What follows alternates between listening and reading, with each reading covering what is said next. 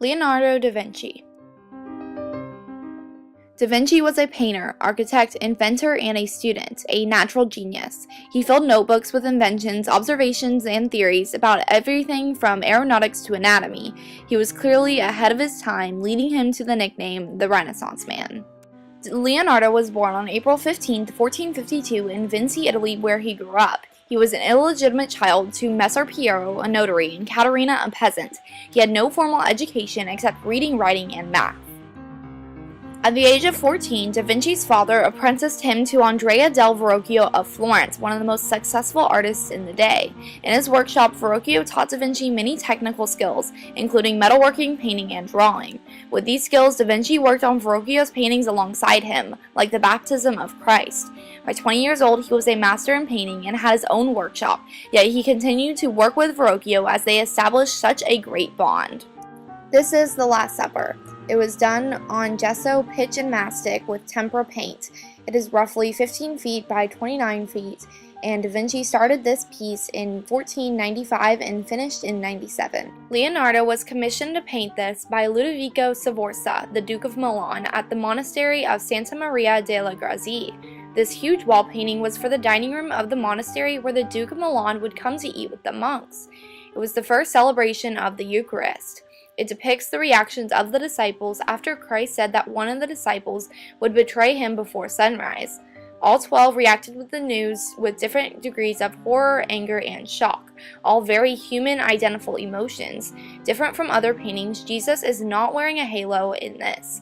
The disciples from left to right are Bartholomew, James Minor, Andrew, Judas, Peter, John, Jesus, Thomas, James Major, Philip, Matthew, Thaddeus, and Simon. Leonardo tried to improve on an older technique of tempera painting by painting on dry plaster rather than the traditional wet plaster. By doing this, he did not wait as long before adding another layer of paint. This allowed for the capturing of the intensity of emotion in the mind of the painter more efficiently rather than him becoming frustrated and waiting for the paint to dry. Leonardo defied his own rule that perspective should be done from eye level. He painted this with the vanishing points being 2 times higher than the eye level of the viewer. He employed an illusion of proportionality. This is the Mona Lisa. It was done with oils on cottonwood. It is roughly 30 inches by 21 inches. It was started in 1503 and completed in 1506. Da Vinci was commissioned to do the painting by Francesco del Giocondo, a successful silk merchant, of his wife Lisa del Gioconda, a middle-class housewife. She was pregnant at the time of the sitting for the painting. The painting was never delivered to his patron. The face is almost frontal, the shoulders are turned 3/4 toward the viewer. The mastery of the painting lies in the subtle detail, including the faint smile, her distinctive gaze. There are no adornments on the figure to denote her social standing. Da Vinci used soft, heavy shaded modeling. The painting employs an optical technique, which makes the viewer believe that the Mona Lisa's eyes are following them if they move around.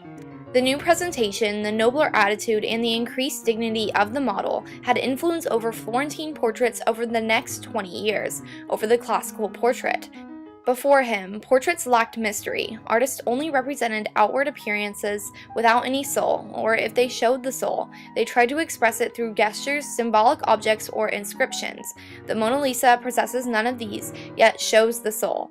The sense of overall harmony achieved in the painting, especially apparent in the sitter's faint smile, reflects the idea of the link connecting humanity and nature. This is the Vitruvian Man. It was done in Leonardo's notebook with pen and ink on paper.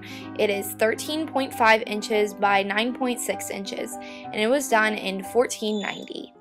Leonardo read a passage from Roman architect Vitruvius describing the perfect human form in geometrical terms. Da Vinci's goal was to discover everything that there was to know about nature, which included the human body.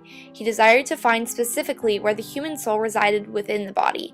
Da Vinci believed that there was a deeper connection between the construct of the universe and the human being. He became obsessed with the idea of the golden ratio, the quest of artists since Roman times to find the proportional equation of the body which relates to every human body, irrespective of their size. The Vitruvian Man image exemplifies the blend of art and science during the Renaissance and provides the perfect example of Leonardo's keen interest in proportion. The drawing depicts a nude male figure in two superimposed positions with his arms and legs apart and simultaneously inscribed in a circle and square. Because of the Vitruvian Man, Leonardo could more correctly project the exterior anatomy of his art. In order to gain this anatomical knowledge, however, Leonardo had to dissect dead bodies. This is the Virgin of the Rocks. It was started in 1483 and completed in 1486. It is 189 centimeters by 120 centimeters. This is the centerpiece of a 3-panel, and it is done with oil paints. In April of 1483, Leonardo was contracted to deliver an altarpiece which would decorate the chapel of the Immacolata at the Church of San Fresco Grande in Milan. There was a very short deadline, and like always, Leonardo failed to comply with it. This painting is the product of Leonardo's intense study of the natural world. No landscape quite like it had ever been painted before. Mary is seated on the ground, exemplifying the idea of Madonna of humility. Her right arm is around the infant of John the Baptist, who is blessing baby Jesus, with an angel looking over them both. It addresses the theme of Immaculate Conception, the belief that Jesus was conceived without original sin on Mary's part. This was a hotly debated topic in the Renaissance times, and Leonardo was required to convey the purity radiating from the Virgin. This is the first time an Italian Renaissance artist had completely abandoned halos. Leonardo found another way to indicate divinity, by giving the figures ideal beauty and grace instead. During the High Renaissance, figures interacted more. Groups of figures were united into pyramidal compositions like they are here. Virgins of the Rocks started to define the qualities of the High Renaissance. This is Lady with an Ermine. Leonardo used oil on a 55 centimeter by 40 centimeter wooden panel in 1489. The portrait was commissioned by Leonardo's patron, the Duke of Milan. It portrays an image of a woman identified to be Cecilia Gallerani, who was the mistress of the Duke. Cecilia was apparently as gifted as she was lovely, a poet, linguist, and musician.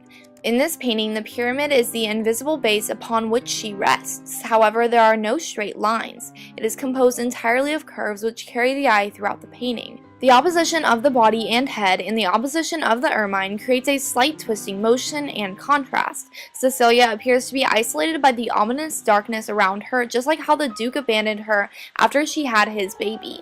The ermine was a symbol of purity because it was supposed to prefer death to the defilement of its snowy coat.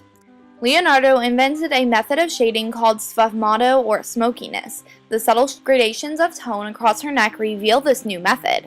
The overall purpose lies behind what Leonardo wrote. Beauty lies in harmonious proportion, and beauty inspires love.